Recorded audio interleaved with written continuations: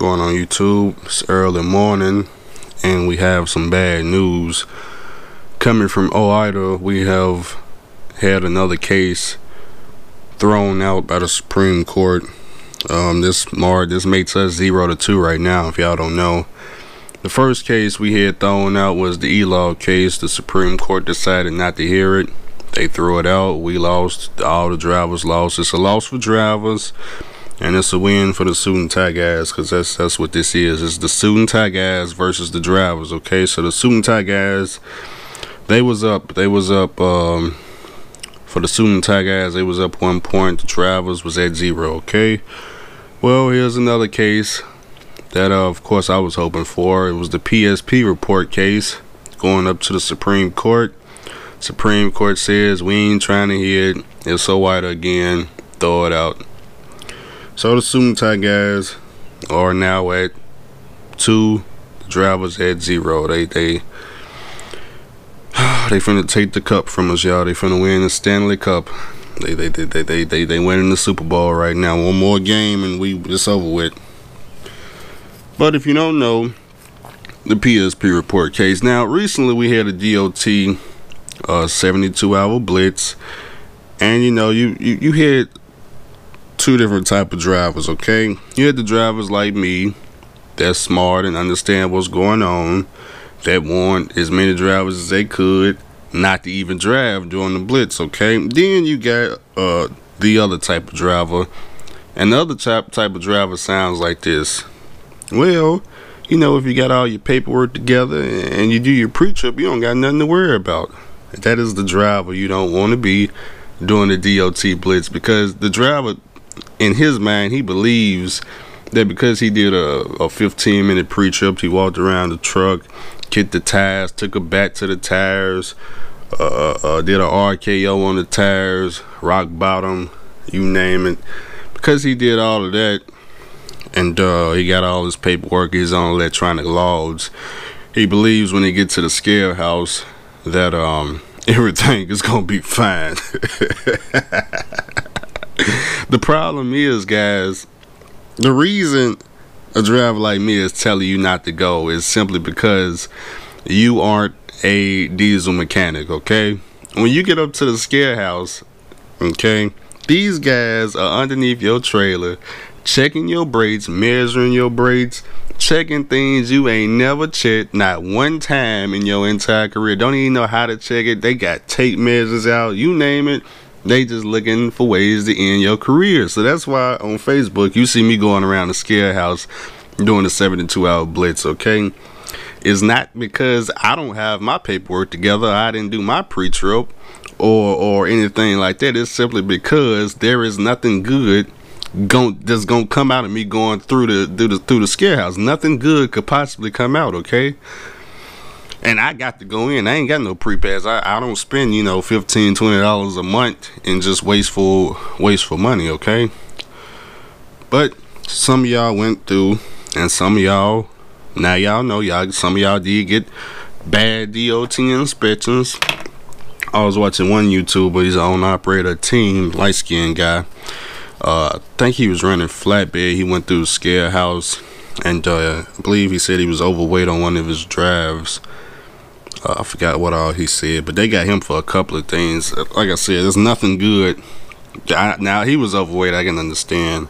He was gonna get caught anyway, but still though, a lot of people they don't understand the concept of why you shouldn't run during the DOT blitz. Okay, I know a lot of that. I even heard truck drivers, oh my god, the rates are so high, not understanding that the rates are not high. You just been getting ripped off for so long. Okay, especially some of the ways the brokers work is, once they got the contract from the shipper, okay,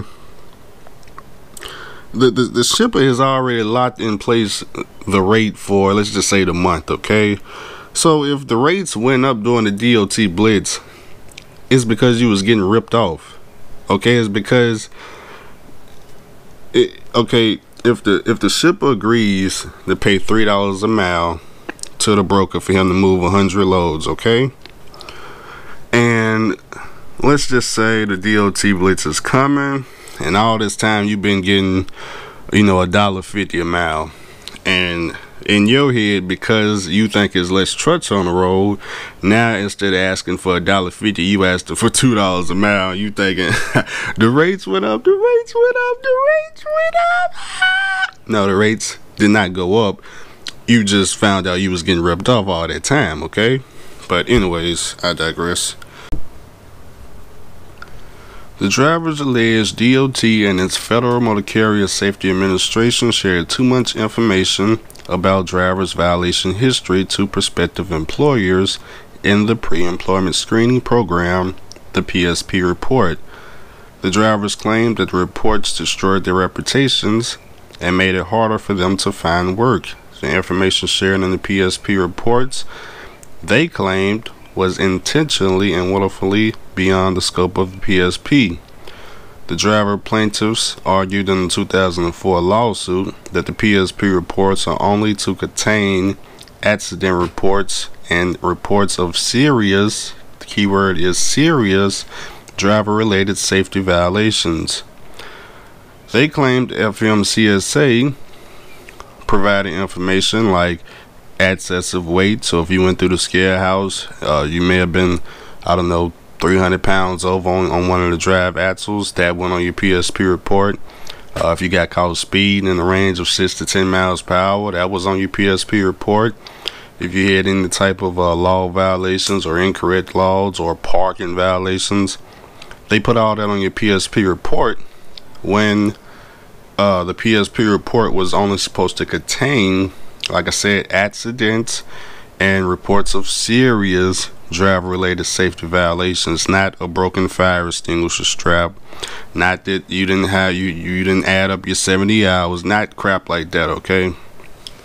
But like I said, the FMCSA had included all that crap on your PSP report, okay?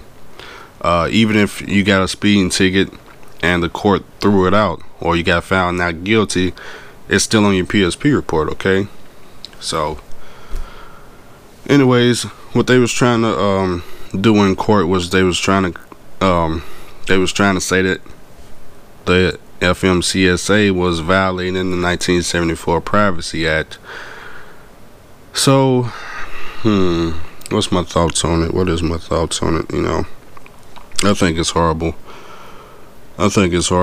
OOIDA is the only people we got that will fight for the drivers. The drivers will not fight for themselves. Most of the drivers are all against each other. So OOIDA is basically the only group we got that can fight for us, and they've already lost 2 cases, and these are big cases, okay?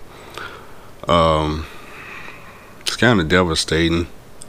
The suit and tie guys, I know they got to be partying. They probably out on their yachts out there in the ocean. Hopefully they get hit by a hurricane. I can see them now. But anyways, if y'all want to read the rest of the report, it is on overdriveonline.com. The title is Supreme Court Refuses Another Trucking Case. This one about the carrier's access to driver's history, published June 20th, 2017 in the FMCSA section, or the regulations section on their website. Alright guys, well, let me know what y'all think below, and if you got some of your PSP report, let us know where it is down below in the comment section.